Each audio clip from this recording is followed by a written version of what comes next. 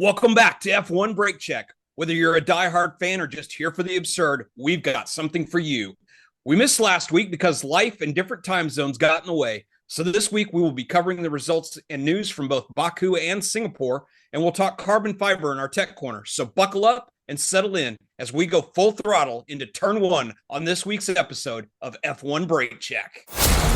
Welcome. You are listening to F1 Brake Check, the epic podcast for all things Formula One, where we discuss technology, history, news, and perspective. With your hosts, Scott Vick and Corey Broom. Welcome back to F1 Brake Check. My name is Scott Vick. I am one of your hosts. With me, as always, is my pundit for life, my ride or die, Corey Broom. Corey, how are you doing this week, sir? Good. It's been a whirlwind. So I've gone over to Europe for work and just different time zones. The jet lag is no joke. It's been good though. It's been good.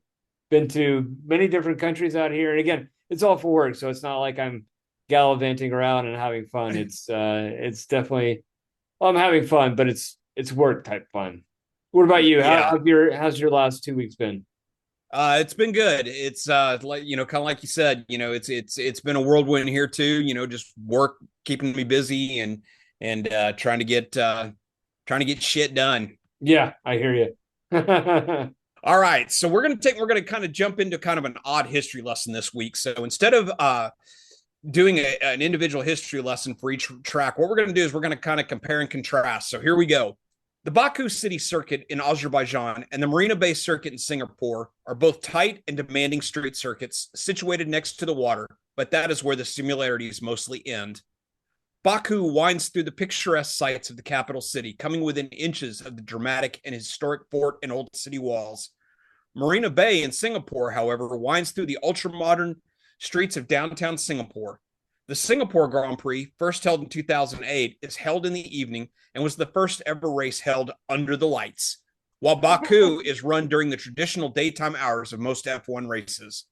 Baku is known for extremely chaotic races, while Singapore is known as the ultimate test of driver and machine, because even in the nighttime, the race is generally run in very hot and humid conditions. Drivers often compare Singapore to driving in a sauna. This opinion is so ingrained in the Singapore mythos that the same drivers have even taken to training in a sauna to simulate the race conditions. In years past, some drivers have been forced to retire from the Singapore race due to the heat exhaustion it induces. Baku, on the other hand, is known for being generally dry and moderate temperatures, but it has been known to produce some unpredictable wind due to the front straight being located along the shore of the Caspian Sea. The circuit layout for each race is also dramatically different. Baku has very long straights, with most of the corners being quite tight and generally slow, while the Marina Bay has a number of very fast, twisty corners that test the drivers and machines to their absolute limit. Baku puts a premium on horsepower and low drag, while Singapore requires a precise balance and absolute precision and concentration from the driver. While the two races are quite different, they both have produced some fascinating racing. Who can forget Sebastian Vettel's dramatic last win at Singapore, or the intrigue of Crashgate, which set up Fernando Alonso for the win and eventually championship title? The dramatic crash coming together of Vettel and Lewis Hamilton at Baku, or the spectacular tire blowout for Max Verstappen while leading.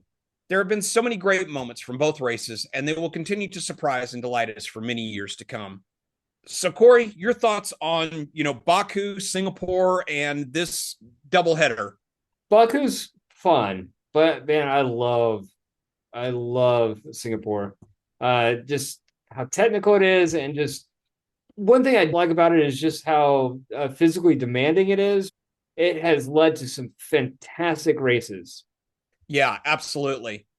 Singapore has always been, every year or almost every year in Singapore, we just have some kind of chaos during the race, whether it's, at the start, at any point during the race, and it's like, that's the reason why Singapore has a 100% safety car record, in the fact that every single time there's been at least one safety car during the race, because it is such a tight and demanding circuit. And some of the, like I said, some of the corners are very are taken, at a tremendous amount of speed.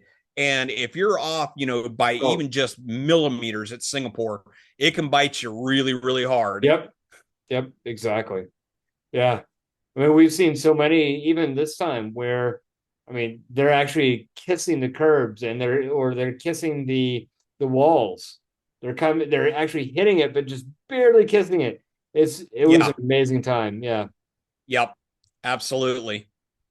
Whereas with Baku, it's like I have yet to drive Singapore on the Yeah. simulator, but I've driven Baku on the simulator, and it's just 90 degrees turns. There's only a handful of Yeah. turns that are not Right. the traditional 90 degrees, or the turn 8, 9, 10 complex where you sneak up past the old city walls and everything. You come up that hill, but once you get into that, through number 10, it's just basically just a curved straightaway. Yep. It's for all intents and purposes, it's just a straightaway that has a couple tiny little kinks in it, but you take them flat out there. I mean, there's no lifting, there's no nothing along there, and then you go right into another.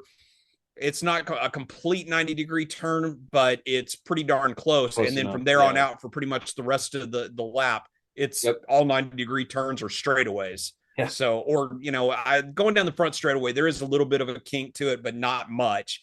And it is just a long blast coming out of the last turn all the way down to the 90-degree turn into turn one. Yeah. I'm gonna say this about Baku, but honestly, man, it kind of reminds me of Las Vegas.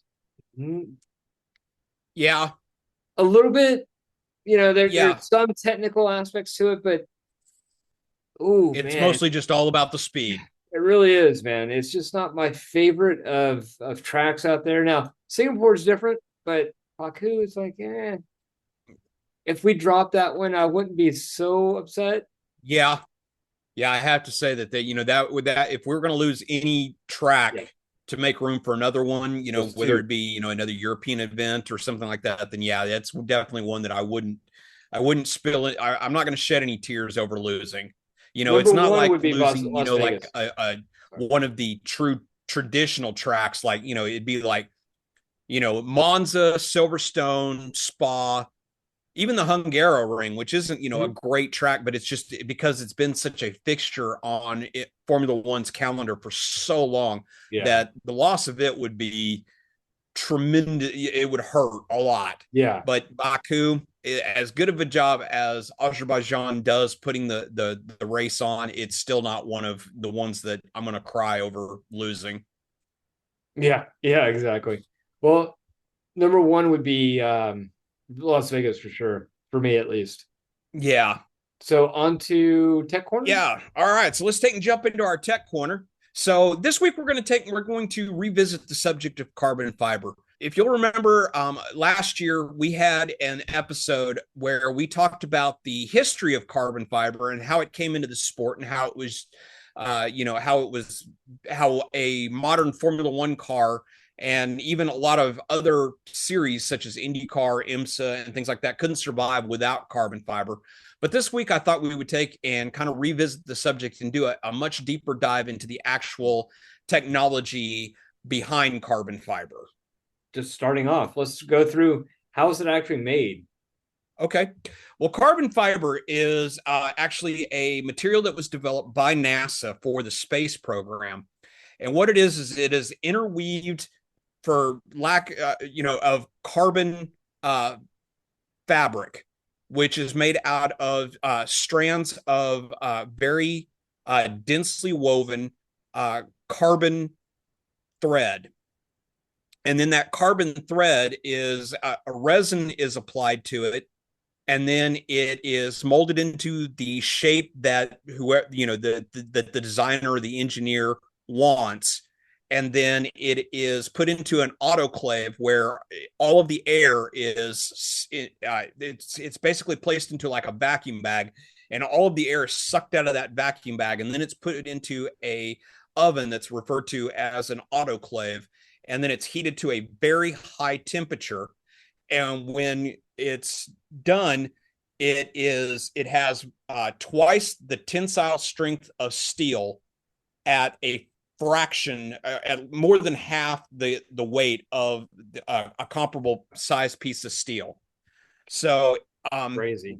once upon a time, when carbon fiber was still in its infancy, it was done in sheets, but then they would manually apply the resin to it and then put it into the autoclave. Whereas now, but that had its own inherent issues when you'd have like weak spots and things like that, because when you applied the resin, if you got it too thick in one spot or not thick enough in another one, it would create, like I said, weak spots once it was baked into the autoclave, which would cause issues.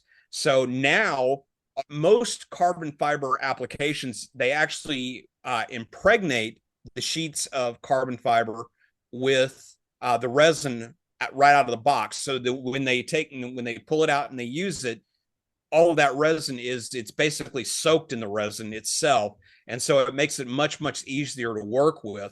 But they still do the same method. Okay. So that's basically how carbon fiber is made. Okay. And it can be, like I said, because it's made in sheets, they can put it into a mold and they can basically make it into just any shape that they want to, whether it's something as small as a gear shift lever, or just any kind of device. It's or any kind of it can basically be molded into any shape that an engineer or a designer can come up with. What team or actually who brought this technology to carbon fiber? Who brought it first to F1? Well, if you'll think back to our podcast that we did when we first talked about carbon fiber, McLaren was actually the ones who designed and first implemented the use of carbon fiber in Formula One. So what they did is they built the monocoque for the MP44 out of carbon fiber. I think it was the MP44. Actually, it may have been the MP42.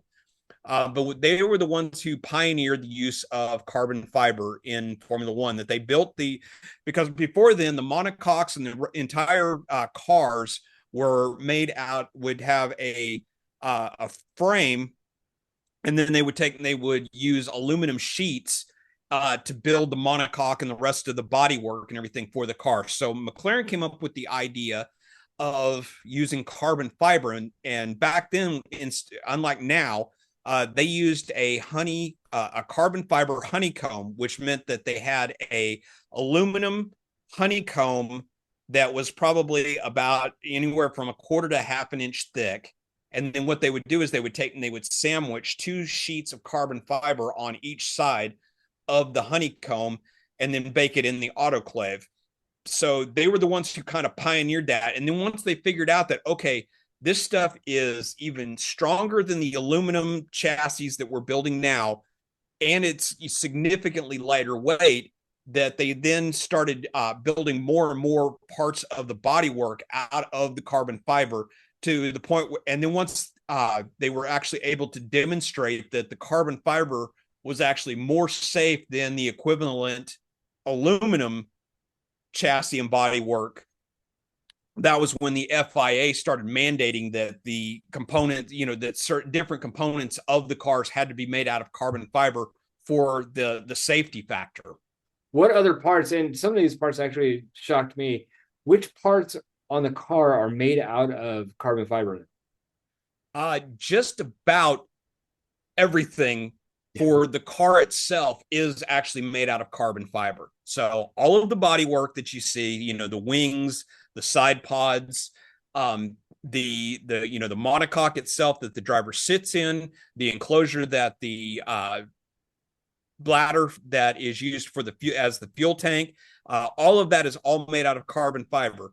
But in addition to that, you also have other components that will be made and then out of one material and then wrapped in carbon fiber in order to provide additional strength, rigidity, aerodynamics. So like the suspension members usually will be made out, have like a titanium brace through the middle of it, and the ends will be made out of titanium or aluminum. And then will wrap that suspension piece in carbon fiber because it provides more rigidity And it also takes, and they can shape the suspension components so that they actually become part of the aerodynamics of the car itself. Yeah. Also, they will take and use other things like the covers for the oil pumps, different parts of the transmission casing will also be made out of carbon fiber. The valve covers of the internal combustion engines will be made out of carbon fiber. The bell housing that the differential is in is made out of carbon fiber. The ducts that when you see the wheels come off the cars, that we've talked about, like the large, drums, or what they call as the cake toppers in Formula One, that are used to vent and kind of control the heat in the brake ducts. Those will be made out of carbon fiber. So just about every component that can survive the high heat, produced by a lot of the Formula One during competition in Formula One will be made out of carbon fiber. So really, there's only a handful of components. I mean, even the steering wheels are made out of carbon fiber, and then they'll embed all the electronics actually inside of after the carbon fiber comes out of the mold, and out of the autoclave, and then they'll fit the electronics actually into the carbon fiber of the steering wheel. So there's only like a handful of components that are on the car that aren't actually made out of carbon fiber. It's almost a shorter list of things not made out of carbon fiber on a modern Formula One car than the parts that are made. Even the halo is made. It has a like the suspension members, it has a titanium brace built on the inside of it, and then they will actually affix a carbon fiber shell around the titanium brace of the halo in order so that way, like I said, the teams can actually shape for, as part of the aerodynamics on the car. That's another one of the components that's made out of. Now, one thing to keep in mind, though, too, is that not all pieces of carbon fiber on the car are created equal, because they will take and use different, depending upon the application and the amount of rigidity that a component needs, will dictate how much carbon fiber is used. So like there will be parts of the monocoque where the driver sits that have to survive because they have to go through testing from the FIA to certify that, yes, this component meets crash standards. So sometimes those components will have multiple layers of carbon fiber sandwiched together in order to provide that extra rigidity. Whereas some of the other components, like some of the wings and stuff like that, will have fewer pieces, fewer layers of carbon fiber. And that's done on purpose in order so that they do have a certain amount of flexibility to them. That's the reason why we've seen, even just as recently as last week after the Baku race, McLaren figured out a really ingenious way to get the rear wing to flex just right by building the carbon fiber in such a way that it would actually flex in non-DRS zones, which would actually provide them a little bit of extra burst of speed, which was perfectly legal. It was perfectly legal under the letter of the law, and I'm using the air quotes here, whereas it wasn't necessarily legal in the spirit of the law, and that's the reason why McLaren dropped it this week for use at Singapore. Not that it really made a lot of difference, but we'll get into that in just a little bit. So one of the other things, though, too, that you also have to keep in mind is that unlike steel or aluminum, one of the safety things about carbon fiber is the fact that it is, I don't want to say, brittle's not the right word, but the way that carbon fiber reacts in an accident compared to a comparable size piece of aluminum or steel or any kind of metal of any kind, when you have a crash, and anyone who's ever been in a accident on the highway or the motorway or whatever you call it in your particular country, we've all seen it. When you get into a car accident, the steel or aluminum on the body just crumples. And whereas with carbon fiber, because of the way that it's made with the weave of the components, is it is designed not to crumple, it is designed to disintegrate, which takes, so when you have a crash with, steel or aluminum or any other kind of metal, all of that energy that goes into that, when it crumples, that energy takes and gets transferred into other components of the car. So even in the cabin or the safety cell, whereas with carbon fiber, it's actually designed to disintegrate, which takes and dissipates all of that energy. That's the reason why when you see, like a heavy crash. So prime example is when Lance Stroll had his accident last year in practice at Singapore. When he hit the wall, you saw bits of it go everywhere, and that's by design. People always think, oh, well, the carbon fiber, it just, blows away, and everything. How can that possibly be safe? And it's like, that's the way that it's designed, is those bits of carbon fiber that you see are usually either single or maybe a double layered piece of carbon fiber. And it's designed to do just what you saw it do, which is it takes and it disintegrates and dissipates all that energy away from the rest of the car, as opposed to if it were made out of steel or aluminum. And so therefore it is significantly much safer, because again, like I said, it takes and transfers all of that energy from the impact away from the monocoque and away from the driver, and makes it much, much safer. All right, so let's take and let's hit the highlights from the Baku Grand Prix. So first of all, McLaren absolutely dominated McLaren mostly dominated the weekend. Now, unfortunately, Lando got caught out and bounced out in Q1 because of a late yellow flag that relegated him to, I believe it was 15th or 16th place on the grid. He was on a flyer when the yellow flag came out, and through the first two sectors, he was the fastest. So he was right there with Leclerc's time. So there was a very good chance that he would have been, up in the top 5 in Q1. But so there was that. But he did, an amazing job and also had some really great pit strategy. Was able to, work his way through the field back up into a points paying position. Yeah. And Oscar was just untouchable. He just drove a phenomenal race. Took the lead on, I believe it was lap 9 or 10, and never looked back. He never even looked like Leclerc would get close, but he never could quite get around him. And Oscar just was calm, cool, collected, just drove a brilliant race. It's funny. We talked about Piastri so many different times, but you have to consider this is his second year in the sport. Yes. It's crazy how much discipline he has at this age in F1. It's just amazing to me how disciplined he is. Because almost anybody else, I should say, would have gotten intimidated. He would have done something wrong, could have crashed. I mean, we've seen it with George multiple times. But he was just on it, just flying. It was amazing. It was an amazing race from him.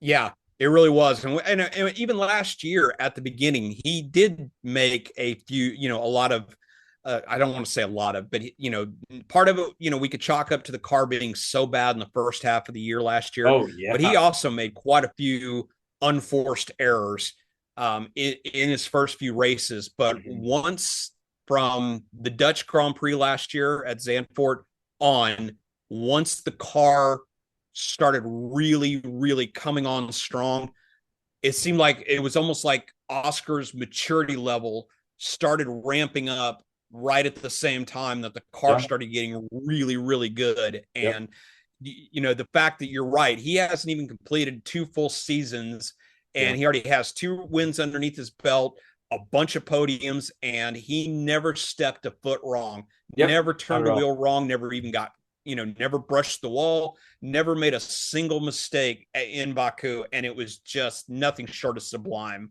Yep.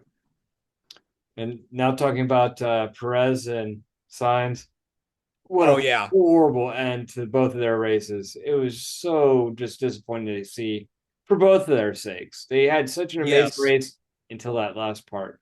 All of a sudden, Perez seemed to be back. He out-qualified Verstappen, which Yep. first and foremost was amazing. And the fact that, he was running a strong third through the latter half of the race, had phenomenal pit work by the Red Bull team. And then for it to all go I know. completely sideways with Horribly wrong. only a couple of laps left is just, it was, like you said, it was heartbreaking. But I want to get your opinion on who do you think, where does the fault lie in how the accident happened? That's a hard one. I would say Perez because Sainz was there. He moved over a bit, and then Perez, or at least his team, should have said, "Hey, look, you have Sainz right there. Be careful." I think that overall it was on Perez, but just slightly. What about you? I think Perez, because if you watch the in-car shots Yeah, from both Sainz and Perez, once they were side by side, Sainz's hands never moved, right. and Perez's moved ever so slightly Yep, into, that's all it took. into Sainz, and that's all it took. And when you're going down that's on the back stretch, which is the second fastest area of the track. The DRS flaps are open, so they've got all of the extra speed and everything, and Yep. all it takes is just the slightest touch, and boom, and they're both in the wall and everything. Yep. So it was just really, really unfortunate for for both of them to have their races ruined. Because I mean, if Sainz had made the because Checo had been, like I said, he was running a super strong Yep. third place throughout the race. And he made one mistake. Sainz pounced, looked to be, going to get around him. And if Sainz had been able to make it stick, we had a double podium for Ferrari. Or Yeah. if Perez, had been able to force Sainz into a mistake and gotten back by him, there was a very good chance that Perez could be back on the podium for the first time in I don't know how many races. So Yeah. it was just really an unfortunate It really was. event. I agree. All right, so let's take and talk about Ollie Bierman. This is just to me is just incredible that when Bierman subbed in for Sainz at Saudi Arabia and drove an absolutely brilliant race, qualified, just barely missed out on Q3, and ends up scoring his very first points in his very first race for Ferrari. And then he comes in, basically, Magnussen right now is basically keeping his seat warm at Haas anyway. So with Magnussen's suspension, Bierman gets slotted in to take and give him some more, race weekend experience. And he scores points again on his second outing, and it also, it allows, he takes and he scores points for two different teams in the same season. Crazy. I cannot wait till his first full season. Ocon is going to have his work cut out for him next season, because Bierman is not going to give, as he proved during the race at Baku, he's going to give no quarter to anyone. He is not going to back down from any fight that comes his way. And he showed that, but the also just the poise and we talked about Piastri being, Mr. Calm, cool, and collected. Bierman was right there with him. Just the amount of maturity from a kid who, up until just, didn't even have his own driver's license up until, just here very recently, for him to, be as calm, cool, and collected as he was is just phenomenal. Oh, I wholeheartedly agree. Yeah, it's going to be interesting to see the dynamic between him and Ocon. And again, I said this before, and I think you and I both agree. Signing Ocon, I honestly believe is a huge mistake, because you have somebody like Bierman, and I think that Ocon's not going to be able to deal with that. I think that him and Gasly is just a very small window into what's going to happen with him and Bierman. I totally agree. I see Ocon is going to, Bierman's going to put a lot of pressure on him, Yeah. and Ocon, I'm pretty sure will crack. I mean, I could be wrong. Don't get me, but I Yeah. really, Ocon fans don't come after me, but I really do think that Ocon will crack under the pressure from Bierman. Calapinto, this kid just impressed the hell out of me, and the Yeah. fact that he accomplished. So for those of you who are just joining us, Calapinto took over the seat from Logan Sargent because he was not getting the job done at Williams, and so Williams made the very difficult choice to go ahead and release Sargent and put one of their academy drivers, into his seat.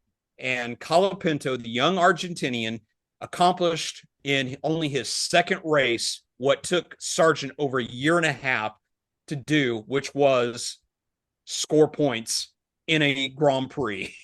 Yeah. And he qualified like 0.3 of a second off of Albon, and they both missed out on Q3 at Baku by just a fractions of a second. So he's already getting the measure of Albon, which was something that Sargent not once was able to accomplish, which is, bad for, it makes me feel bad because Sargent, we really thought that he was going to be able to take and do better than he did. But, either Calapinto is either that much further ahead than what Sargent ever hoped to be, or Sargent was much worse than what we thought he was. Your thoughts?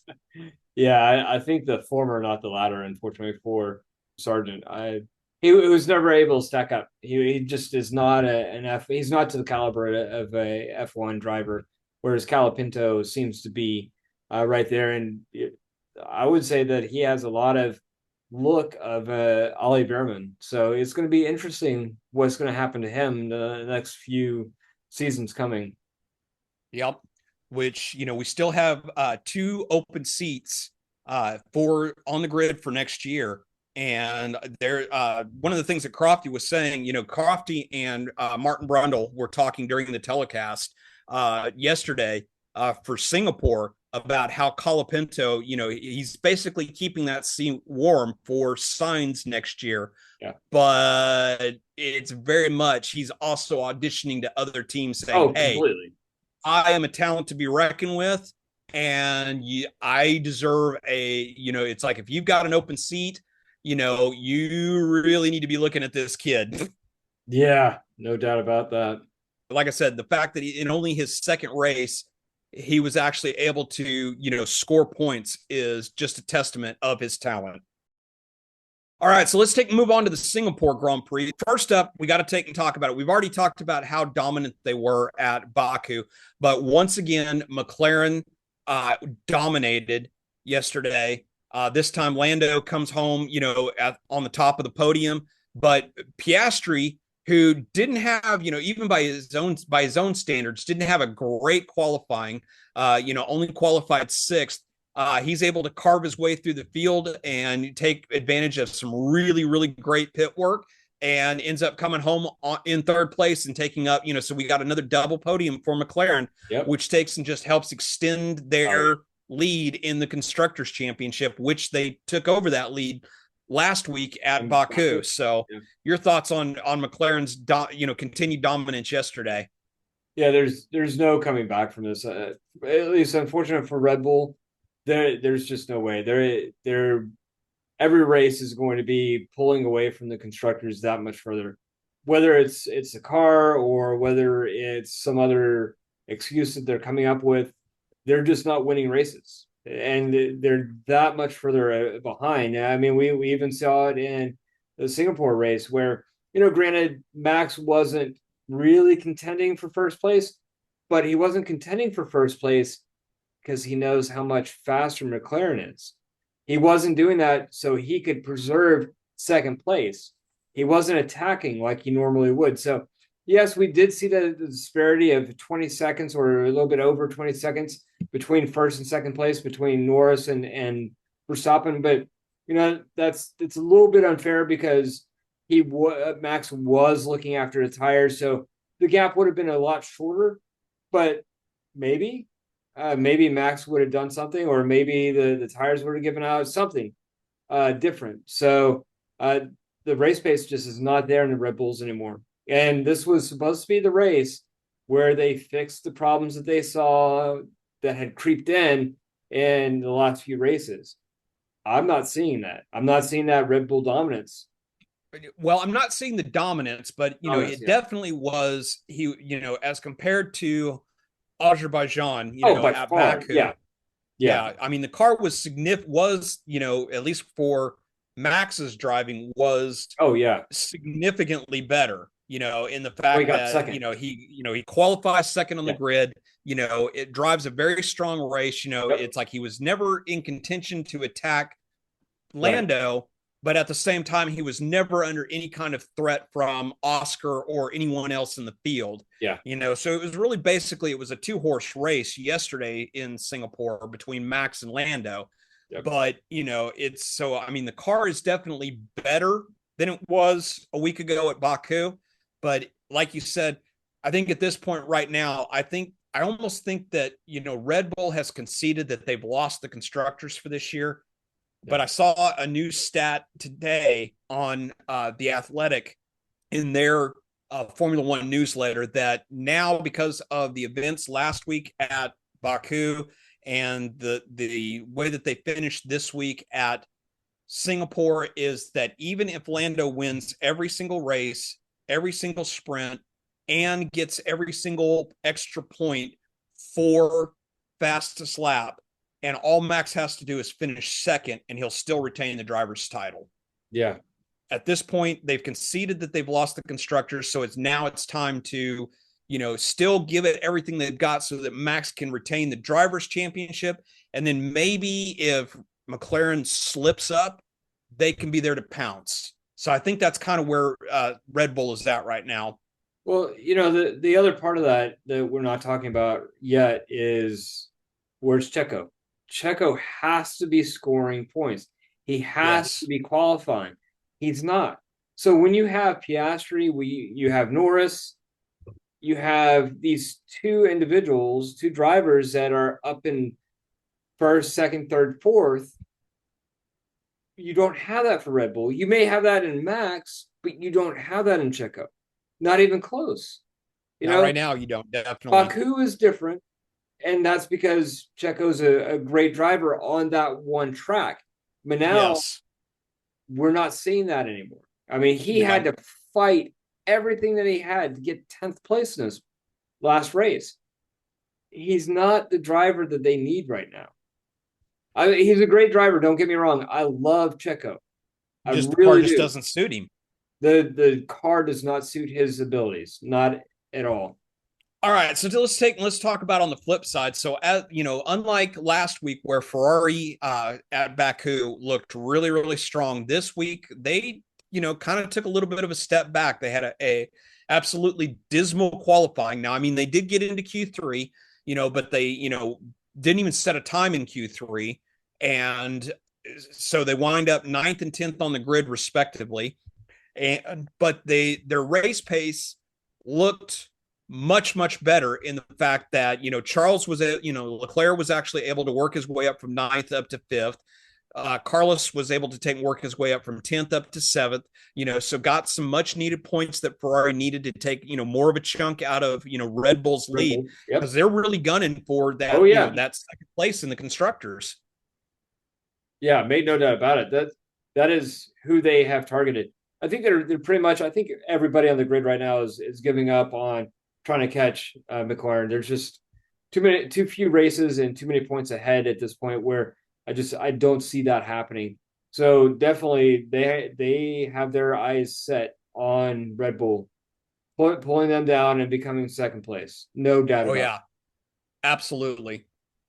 And strong finishes by both drivers, not just one, but both drivers for sure is going to get them over Red Bull.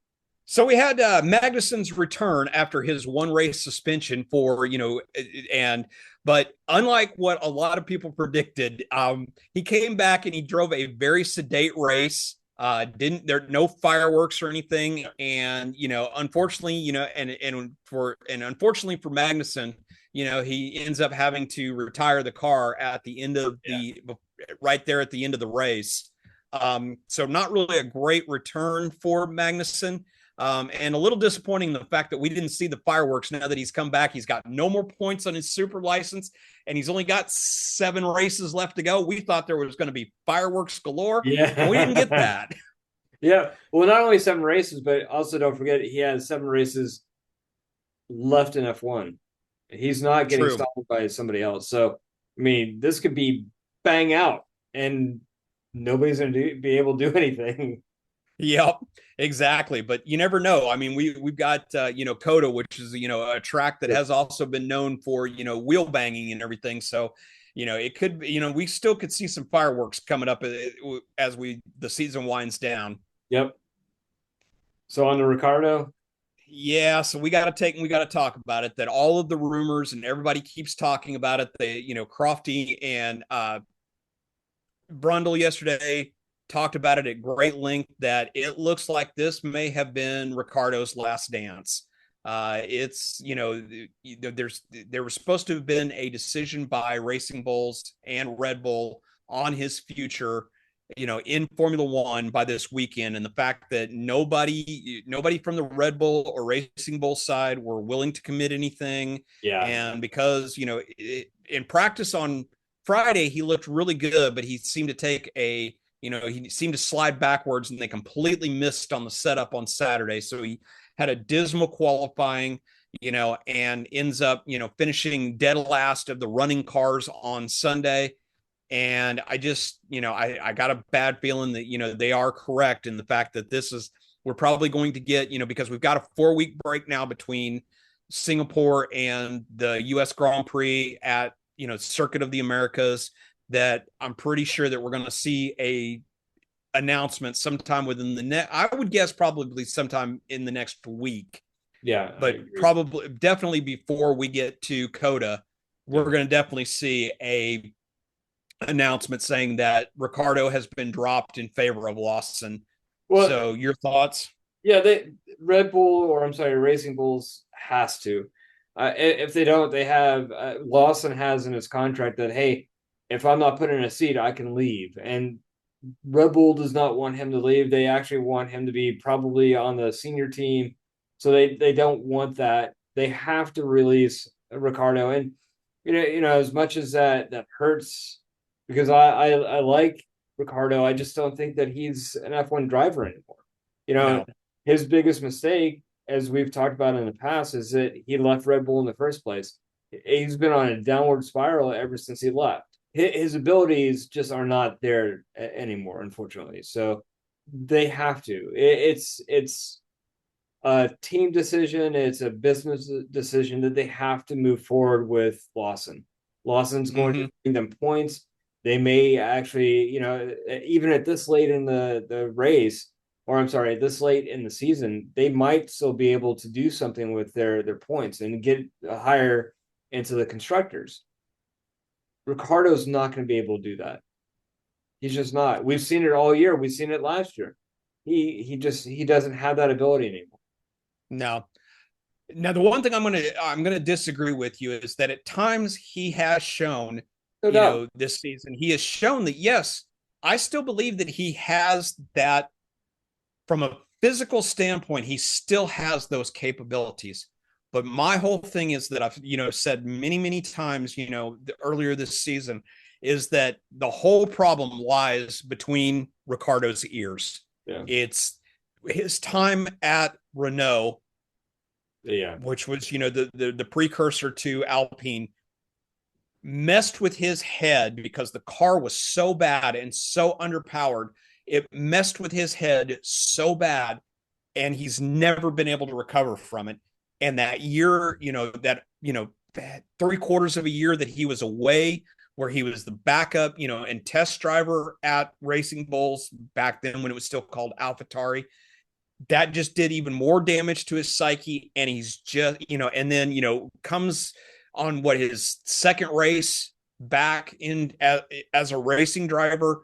he gets injured. It's just all of these things have just all snowballed, and it's the gray matter between the ears is where Ricardo has completely lost it. And that, I think, is what has held him back. Like I said, he's shown at times flashes of the tremendous ability that he has, but it's just when it comes to setting up the car and getting the car to a place where he is comfortable, he just doesn't have it anymore. And that's why the team needs to move on and put Lawson into his seat. Wholeheartedly agree. All right, so let's move on to our news and rumors. So we had one streak at Singapore die while we had another one stay perfectly intact. And actually, we had two streaks that are still intact. So the streak that died is that, as I mentioned during the during our history lesson, is that we have had a 100% safety car usage at the Singapore Grand Prix, because something always happens until this year. This is the first year in the history of the Singapore Grand Prix that we didn't have a safety car, which also means that we haven't had a safety car in 8 races. And all I'm thinking is what the hell is going on?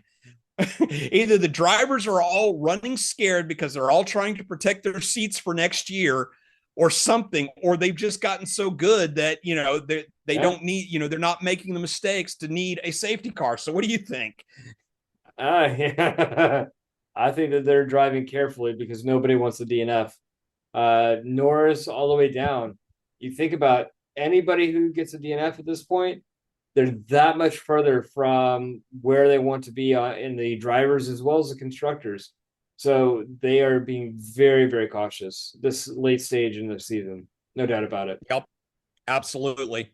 So the other streak that we had, though, that still stays alive is we have a 100% sighting of a lizard on track at the Singapore Grand Prix, which just it's so amazing to me that it's like every year it's always during practice or qualifying, or even sometimes even during the race, where we have one of the lizards that are indigenous to Singapore will actually make its way onto the track and will have to be shooed away.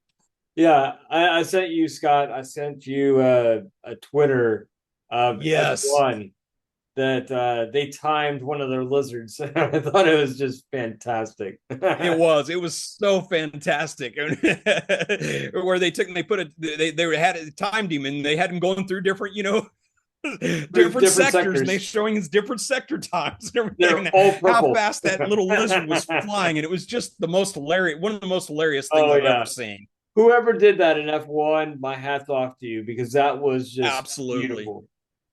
Yes, it was. And then the last streak that I wanted to take and talk about real quick is the Oscar streak, in the fact that Oscar still remains the only driver in Formula One this year who has completed every single lap of every single race, sprints included, which, just goes back to, what we were talking about just a little bit ago about how poised and what a phenomenal talent that we think Oscar really is. And this just goes to prove just his consistency and his ability to keep his nose clean.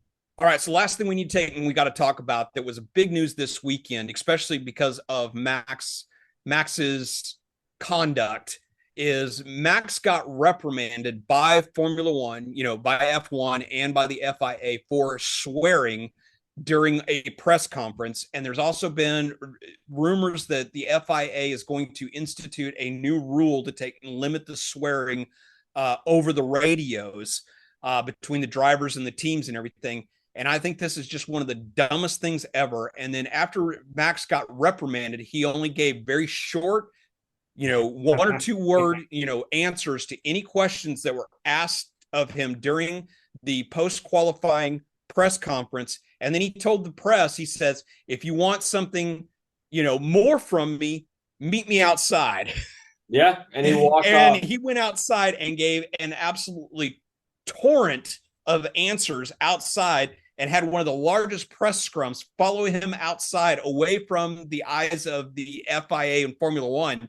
It was, and I think swearing in Formula One to me is just as integral as tires and gas. It's one of those things that things happen in the heat of the moment.